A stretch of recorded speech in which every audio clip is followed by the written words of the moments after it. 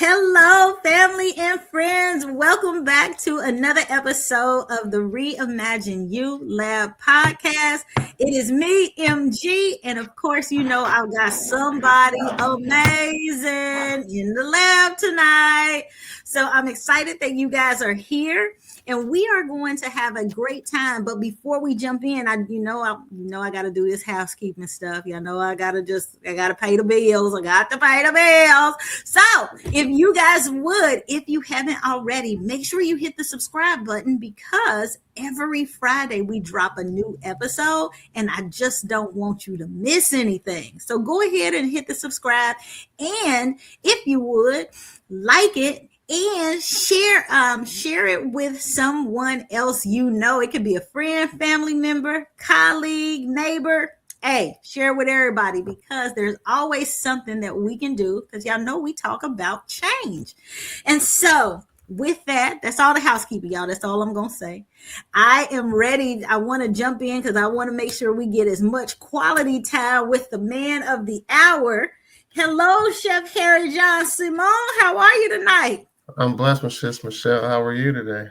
I am doing absolutely wonderful.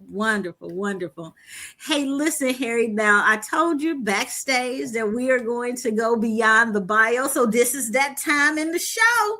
I'm going to drop the ball. I'm going to throw the ball over to you. I know you play some basketball in your day. And so I'm going to shoot it over to you. Tell them who you are, where you're at, what you do, and how you do it. Well, my name is Chef Harry Jean Simon. I am a brand new author, private chef, and a speaker and a creator of D.E.T.O.X, the 5 facets to detox your life. And that's me in a nutshell. Where you at, Harry? We're in Chicago, Illinois, born and raised on the east side. Chi-town, go ahead now. Go Bears. It's going down this year. Everybody better know it. I love it. Harry, I'm thrilled to have you in the lab with me tonight because just like you said, you are a new author, you are a burgeoning, chef. You are this book that you've put out about detoxing your life because most people thinking, hey, we just gonna detox our bodies, we gonna detox from watching TV, whatever.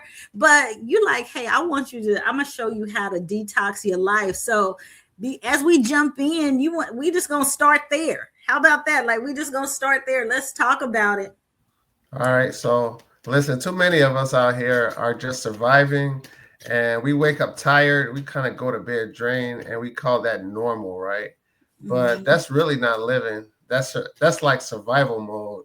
And that's exactly why I created D.E.T.O.X. Again, I was telling you guys, my name is Chef Harry. I help people go from survival mode to purpose-driven living through my 5 facets through D.E.T.O.X method. Detox is just not the word, but it's also an acronym which stands for declutter, elevate, transform, organize, and execute to experience the purpose that you must be serving, that God has given each one of us. This special gift. It's really not for us, but it's for us to serve somebody else. So within that 5 detox, I just help people kind of go through the 5 facets, which is spiritually, mentally, physically, financially, and socially. Yeah. Now that's good. You know what? You went through that. And really, that's like everybody, right? Like, you know how sometimes people say, hey, you need to niche down to, to be able to serve people better and that kind of thing. But really, that audience is everybody. When I think about, and I appreciate this about you, people get to know this about you as we dive in further to the conversation. But, one of the things that I really appreciate is the raw honesty, that you use through pain, through purpose, through transformation, so to help people really detox from being in a survival mode, right? Or calling this normal, right. And really stepping into a life that's anchored in God. And so in identity and intentional alignment, which I think is going to be really cool for people to really know. So Harry, as you got started with this, because we know that nobody really just wakes up one day and they just got it. right? There No. was a process. So give us a little bit of backstory, thinking about growing up on the south side of Chicago. How did, some of your experiences and stuff shape the way you see purpose and pain now?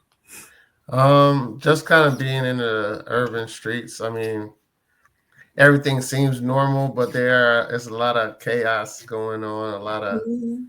calamity, a lot of excitement. But when you survive those type of things, you start thinking those things are normal, but you don't realize they take a toll on you till you get older, and you need a certain type of skill to function in the thing that you're supposed to do, and you can't do it, Yeah. right? Yeah. And so, a lot of when you finally sit down and you kind of go back and you kind of trace out everything you've been through, you start Hmm. you start noticing these things that might have been holding you back. And so when you kind of clean yourself from that thing, Hmm. you start making progress. You start seeing a little movement going, and it gets you Hmm. excited to keep uncovering those cups. Yeah, that momentum starts. You know what? When I think about it, so tell me, before detox became like a movement, because that's kind of what I see it as, right? Yeah. Who was Chef Harry? Like, even, you know, here's this African American young man. This is Chef Harry Jean Simon, right? Hmm. Like, who are you becoming, like, emotionally or spiritually, kind of creatively, before the detox came? What was that road like for What you? was what was the road before detox? Uh-huh. Before detox. The road before detox was a lot of not fitting into a lot of different atmospheres and individuals, because I thought so big and I had such a big imagination Mm-hmm. about how I thought my life would be compared to what we were used to every day, Mm-hmm. right? Mm-hmm. Mm-hmm. Um, so I just think that I was always optimistic, and Yeah. I was always the person to bring everybody together, Yeah. whether we're conversating, telling jokes, eating food, whatever it is. I love Yeah. community. And Yeah. so I think that's who I was. I was a liaison of a lot of different people, but Okay. without getting paid for Yeah. it. Yeah, that's always a thing too, right? Like, that's Right. that's always a thing.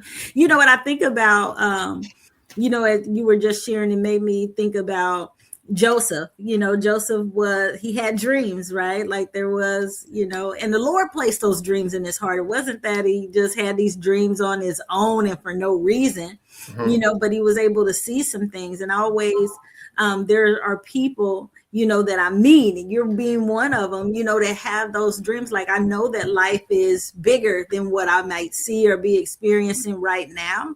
And Mhm. then that just, it becomes almost like a ripple effect for those who are around you. So when you think about, tell me if you can, share with me about the moment that maybe you realize, um, that it starts with the spirit and not hustle. Uh, um, because I was hustling my whole life, and I could until I was hustling until I couldn't hustle no more. Yeah. Right, and then I just had to let it go and give it to God at one point, and that was the only way that I could be able to breathe a little bit, Mm-hmm. because I was able to be like vulnerable to like repent and then ask him for forgiveness, and then now let's Mm-hmm. work on myself. What do you need me to do? What are you saying? Yeah.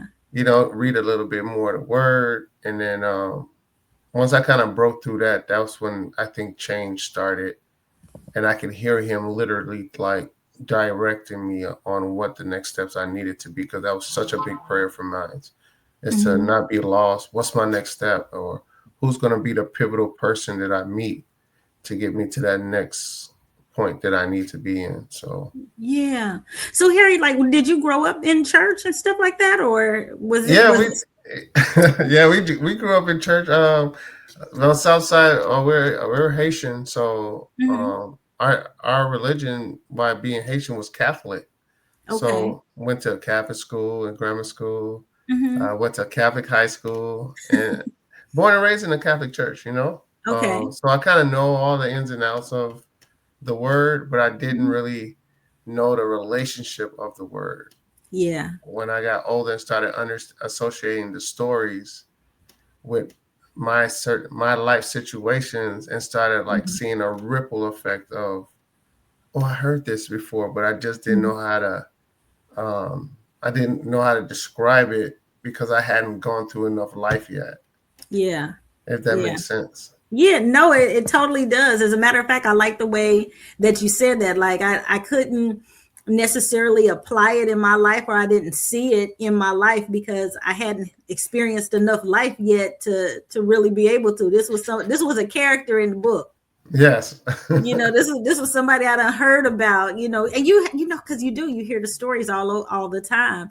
And Hmm. it's funny because I didn't grow up in church. My husband did, Brian did. I Hmm. didn't, but our lives kind of more mimicked his upbringing, as it related to church. We were Hmm. extremely involved Hmm. and doing a lot of different things, but yeah, that relationship is the biggest, is the key. So tell me, all right, so you got into, grew up in church, you hearing the stories, and then all of a sudden the story, what was, share with us like a story, if you don't mind, right? No, Like, if you I don't don't mind, you mind. could be like, no, Michelle, I can't get that deep. No, But no. if there was something in your life, like, because I think that the people who are always listening in to the show are Hmm. always interested. When I get feedback and stories and comments and stuff back, they're always like, Michelle, wow, the story, like it's always the stories and kind of like the real life situations and stuff that happen for people, that they had to push through, or a lever that they had to pull. So if you got a story to share with us, share one with us. The listeners are always tuning in for that. Oh man, you know what? I got uh, like, you mean like a story? Just one. So I do, when my speaking engagements, I got a story for every speech that I tell now, right? Yeah, yeah, you should. Yeah. So you want me to go into one of those? You can go into one of those. I was talking about like your own personal story. Like, hey, you know what, Michelle? We was in the basement at a friend of mine's house, and XYZ happened. And that XYZ that happened made me see God in a different way, because I could hear his voice, and it was like he was talking to me through you know what I mean? Like, so like that Yes. kind of story. Um,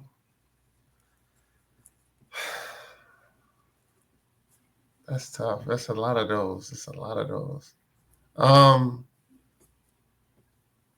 well, I can tell you, lately, Yeah. I've been, I was just talking to one of my church brothers, telling them how I couldn't hear God talking to me no more. Mm, And he's like, "What's going on?" I was like, "Man, I don't know. I just I hear all the bad stuff." It's like, and I always understood that the more I go into being spiritual, the more I get closer to God. That the the bigger the temptations get, the more struggle, the more the enemies try to attack you, right? mm-hmm, And so I kept saying, like, man, I just want to make sure that I'm good. So I keep trying to talk to God. God's not talking to me. He's not talking to me. mm-hmm. And a few days go by now. Now I'm upset with him. Now I'm like, man, you got me all this way, and then you're not saying nothing right now. Like Mm-hmm. this is, I'm getting attacked. I can't even go to sleep at night, right? Yeah. And then so I'm like, man. So now at this point, I'm so frustrated because he was so used to talking to me during the journey of the book. He's been like Mhm. right there the whole time. And Yeah. this one time where I felt like I was going through some adversity, and this is the time that I really was trying to talk to him. He wasn't talking, and then my mom sent me a prayer one day after I Mhm. had said, "Man, you know what? If you don't send me no sign today, I quit." Right? This is what I'm Oh, saying. yeah. Yeah. How dare me? But I'm just being No, vulnerable. that's real talk. That's real Yeah, talk. I'm just being vulnerable. I'm upset with him right now. Right? So he goes, the word was to sit still, even though you don't hear my voice. That it's meant for you to not hear my voice because I want you to sit in the stillness. Mm. So I said, okay, I heard that word. All right, fine, I got you. Then I went to church. Pastor comes out with scripture. That's the first scripture he comes out with. Boom, stillness. Need you to sit still. Just because Mhm. he's not talking to you don't mean he ain't there. That's the time he wants you to go back and lean up on him again because you got too comfortable. I said, all right, Yeah. cool, I got that. Got Yeah. home. I was like, you know what? I want to watch TV today. What did I go watch? The King of David. Mm-hmm. when David is a story about David and Goliath, right? Yeah. Again, the word came in again. So that whole time, which of the 2 weeks that I have been asking God to talk to me, and he was not talking to me, I actually felt like he left me out here for the enemy to eat me up alive because I was going through a lot. But hey, I Mm-hmm. made it. Yeah. And that one day he comes out back to back to back with the message that I asked for. So Mm-hmm. the moral of that story is it's not on your time. He gonna Right. talk to you when he gonna talk to you, right? Right. And You just you know, always know he's always there. yeah, he is. You know when that is a hard one, right? Like, especially when God has been, you feel like he's directed all the steps. He done led you all the way, and then all of a sudden it's like, well, wait a minute. I need that direction, God. I need don't stop now, don't stop now. But the truth of it is that there are times when he's silent, Hmm. and he wants you, a lot of times in that to, just wait, Yes. or just listen. And then but all of it is always trust. Like, Yes. we got to trust him that you've gone in the right direction, and that right now there's not something for you to do at this moment, but Right. just trust him. Yeah. And I don't like to sit still. You might be kind of like me then. I always feel like I got ADHD or something. Man, Like, I'm trying like to I tell wasn't you. diagnosed as a kid, but I feel like I'm always moving. Right. So And you think he don't know that? Like he gave me the illness and I can't sit down, and then now you're gonna ask me to sit down. yeah. You remember how How your mama used to that work? right, How how that that work? work? Mama might smack you talking about fix your face. It's like what? Right. I know. Like, you know how you say that stuff to your kids, right? Like Mhm. we say that to the kid, get yourself together. Like, go over there and sit down. And you like, God done said that to me. Then it's like, oh man, I wasn't ready. I'm waiting. I wasn't ready. You know what? When you thinking about that, because sometimes I think, the enemy he does come, and he comes during those times. Like, listen, if Jesus had to go through a wilderness, Mm-hmm. right? Mm-hmm. Um, the children of Israel went through a wilderness time, right? Like, we're Mm-hmm. we're gonna be tempted. It's gonna be harder, like the enemy came to Jesus after he'd have been fasting and says, hey, go, if you the son of man, I mean, if you the son of God, won't you go and make you some bread so you can eat? Right. Don't do that. Don't do No. that. Gonna bake the fresh bread right next to me. Right, exactly. So Harry, thinking about that, what do you think? Because I know some of our listeners are who tune in, you know, experience, some of the lies of the enemy, right? What would you say are some of the biggest lies, right? That either you believed, or people, clients and stuff that you work with, around, what are some of the biggest lies around success or identity or worth, and how do you recommend, people detox from that, because Man. what we believe, some of what we believe we got to detox from. Yeah, definitely, definitely. First of all, you gotta believe it, right? But before you, I know sometimes it's kind of confusing to tell somebody before they believe it. You have to say it, but Hmm. everything was word. I mean, was made by the word first, so Yeah. you have to claim it. Affirmations is big for me. I always keep notes around me all the time with sayings. Hmm.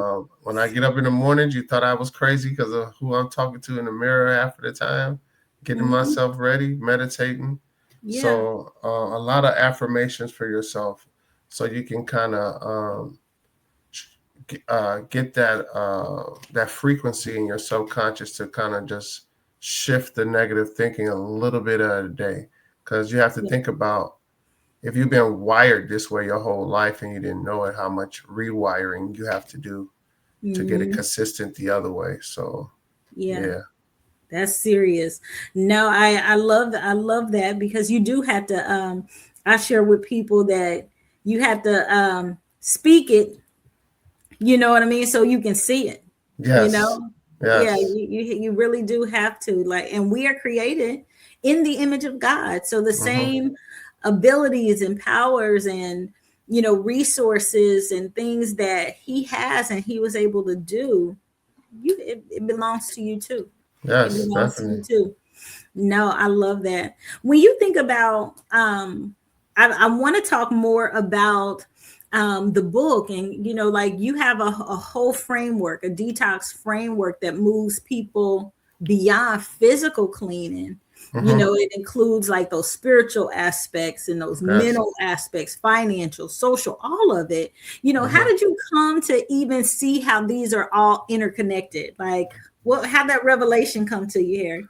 Well, I already was always doing the physical detox part, which is always my favorite because I always like working out. Always Mm-hmm. so working out, you gotta put supplements in and clean yourself out. So I already had that part in going, Mm-hmm. and doing that over and over though, like you would do it for like good 9 months. Summertime come in, you cheat. Next year you do a little better. Next year you do a little better Mm-hmm. until I just kind of I think it was like right before COVID, right after COVID made us sit down and everybody was working out again, right? And Mm-hmm. so before that though, I did a whole cleanse, like whole body liquid cleanse first, resetting my metabolism. Mm-hmm. Then I started putting the healthy food in.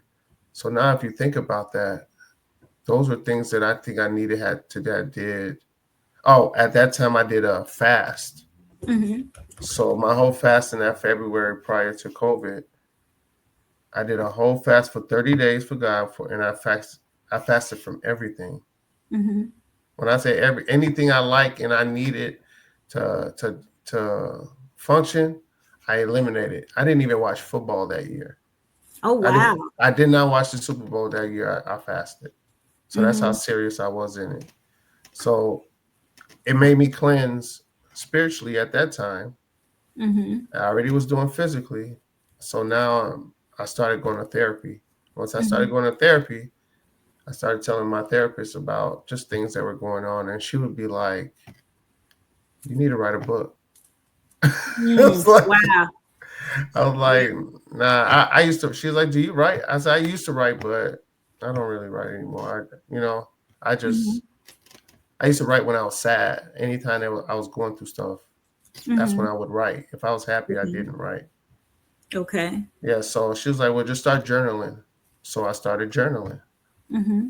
And as I'm telling you the story, every single thing that I'm telling you is a piece of that book, right? Yeah. You have to detox spiritually before you even get into this book because before you get to working with your mind, you have to clean your heart out, Yeah. right? Mm-hmm. Once you fix your mind, then you can be consistent and dedicated into working out right, right? Mm-hmm. Then my challenging part, which was the financial side, if you don't get the money right, you ain't gonna be able to fund your physical self, and then you don't take yourself. Yeah. You're not physically fit. You can't spend that money. Yeah. And then the last aspect was my social environment. Who was around me every day? What areas was I with? I mean, like, Mm-hmm. where was I at? Was it conducive to where I needed to go and what goals I had when I put it on that vision board 5 years ago? Yeah. And then things just started piecing a little bit together at a time. The more I gave God a little bit, the more He showed me. So then every time I would fall off a little bit, I'd be kind of excited to go back because I knew He was going to fix something else again. And if I stayed on it this time, I wonder what else I can get, and that's what ended up happening. He gave me the book because I stayed on him. Wow. That, you know what, that's a whole thing right there. Like you just said a mouthful, because I think that sometimes we think that we can detox apart. Like I can do this. Mm-mm. It would almost be like, what, I'm gonna, I go to church every Sunday, but I raise Mhm. hell, all through the week. Yeah, What I mean? Like, no, our whole lives have to be um fasted to a certain yeah, degree. You know what I mean? Like yeah, there's lots of things that may have to be given up and may not be given up always, but there's a time when the Lord, sounds like got a hold of you hmm, and said, hey, I'm looking for you to do something different. We're gonna take this up a notch. We're right, gonna take this to a new level. so Mm-hmm. that he could do some greater things in you.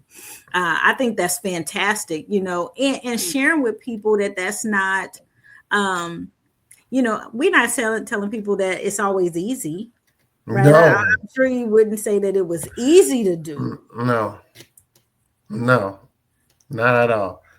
It's gonna take, but that's what's so great about it. It's gonna take energy that you don't even know you have to Yeah. to go through what you got to go through. If you knew what you had to go through before you went through it to get that, would you have done it anyway? No. Yeah.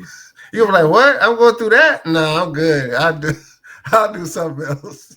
I gotta Yeah, go through that's all real that. talk. That's real talk. You know what? We were thinking about that. I think sometimes there are certain things that you won't be able to access unless you push to it. You know what I Yes, mean? Or say commit to yes, it. yes. Because if there are things in our life, like I even think about, like even in Exodus, right? When you think about, they had to leave out of Egypt, and getting out of Egypt was easier and fast, right? Like Mhm, when God said go, they went. The Red Sea parted, they walked on through, then the Red Sea pulled back together and pushed out the Egyptians, killed them. That was easy. But in mhm, Canaan, it was a lot slower, right? Like getting into Canaan and the promised land, like it took a longer time. mhm, And sometimes, the route isn't a shortcut. There's no mhm, shortcut to it. mhm. No, Harry, I like I like what it is that you're doing, man. How do you tell people, like when you helping them survive or move from survival mode to living mode, and that's with Mhm, God, a mhm, community, kind of purpose at the center of it. What mhm. would you say is like the first step? Like this the first thing that you're gonna need to do. I want you to just, if you want to just plant a seed for people today. Right. So, and this should be for anything that is in your spirit to go do, because usually anything that you're really kind of excited to do is it went in your spirit somehow. So the first thing I would do is just give thanks for where you at right now. Just Mhm. appreciate and Yeah, be gratefulness. thankful where you're gonna come from, because that's where the story begins, or where you're coming from. So you want to always embrace that. Um, Once you kind of embrace where God has put you and you're giving your thanks, you want to go ahead and get your mind right. See where your mind is healthy. Go talk to Mhm. someone clinically, or somebody that's in your church, or a mentor, somebody to really try to put everything into focus for you. Um, Once you kind of do that, um, I always tell you, you gotta be healthy. Your body got to be physically healthy. Check your blood pressure. Go to the Yeah, doctor. yeah, yeah. Health Uh, is wealth. your health is wealth, right? You All those hidden illnesses that people are walking around with don't know they have. Start eating right. Just try to just make a change, and just see how you just transform into somebody different. Once you transform, then you start organizing yourself. Like, all right, I got this now. Now I Hmm. see where I'm going. Okay, I see where this money coming in at. I see where I'll be helping these people at, and then just execute at that moment. You just trust God and don't look back. I mean, you're gonna fail. I mean, that's the Yeah, worst. yeah, yeah. They not. And even failure is not bad. A lot of times No, it's a lesson learned. no, yes, yes. You ain't gonna keep falling in that hole, are you? No, no, I ain't doing that again. No. No. You know what I think about too sometimes, like, when you're talking about, making a change, like just, you know, do something different, Mm-hmm. so that you can see something Mm-hmm. different. Would you say that there was any beliefs that maybe you had to unlearn to get to the season of life that you're in right now? Oh man, a lot of stuff I had to unlearn. Every saying that I read now is like it's a reversal of a psyche for me, especially Really? the Like, give me an example. um like, let me go into the book, because I got a lot of them. I just Yeah. got the book right here right now, Yeah. but there's Pull a the lot of book out. sayings I have that I just kind of go into, and I'm like, Okay.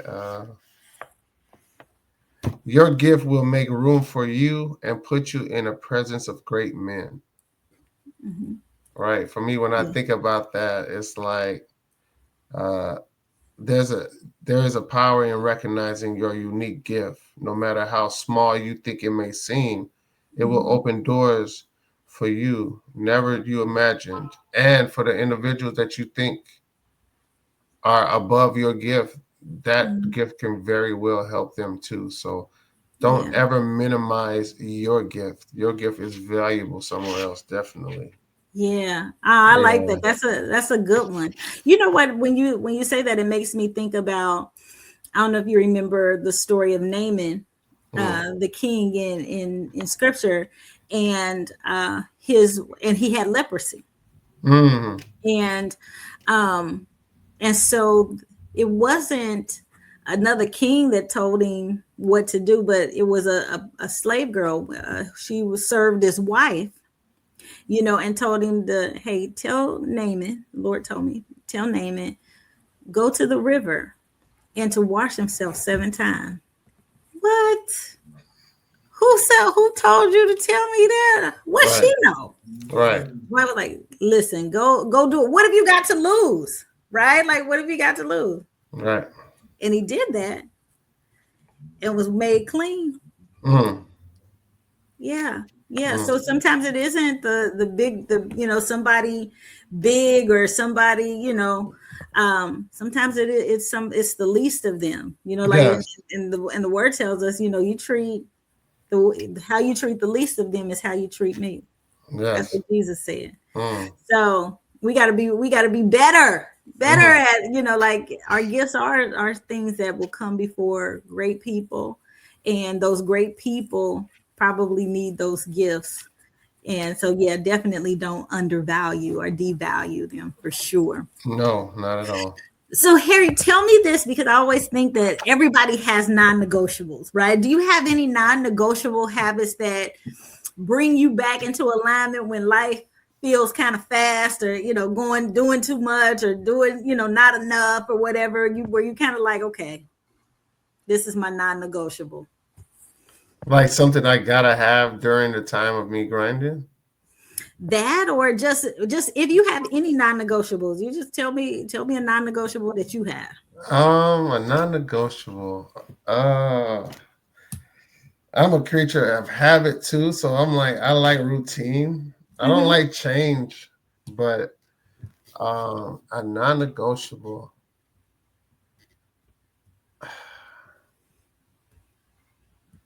I don't know. I won't give up sports. I definitely won't give up sports. It's just Yeah. yeah, just the whole thing about sports. Period for me in my life has been pivotal. It got me through a lot. So just the thought of what sports is, not just so much of a specific one, just Mm-hmm. the whole Yeah. thing of being a sports writer. Yes. Yeah. I've Non-negotiable. heard I've heard guys say that it was sports that made like such a difference for them in their lives, whether it Yes. was being coached, whether it was being a part of a team, where it Yes. was, experiencing losses, Yes. managing, ego when we win, you know what I mean? Mhm. Like, so yeah, Yes. sports is a big one for a lot of folks. So okay, I definitely hear that. Harry, what would you tell us if someone was listening and feels stuck in a cycle that they can't name but they can feel it? Hmm. What would you tell them to begin with? Something that they can feel, but they can't do what? They can't name it. You know how They can, sometimes like there's something on oh the yeah, inside, but I can't really articulate what it is that I'm going through, or I'm feeling, but I can feel it. Like I right. know it's something. Can't put my finger on it. So what would I suggest them to do? What as far Yeah, as yeah. What would you suggest them to do? Like, hey, I can't articulate this. I'm feeling something on the inside. There's some rumblings here. I think that, life is calling me. The Lord is calling me in a way to do something different in my life. It's probably a detox. I yes, would I would imagine. But yes, that how would man. how would you tell them to start? That well, the first thing I guess the first thing with that is that they gotta trust that voice. So long we got that little gut feeling that always talks to us. And we just seem to not just listen to it like 3/4 of the time. I know. we always do what we want to do. Like nobody really takes the little voice unless it's an advantage for you. Like you can see the advantage, right? So the first thing I would do is just trust that voice is God talking to you.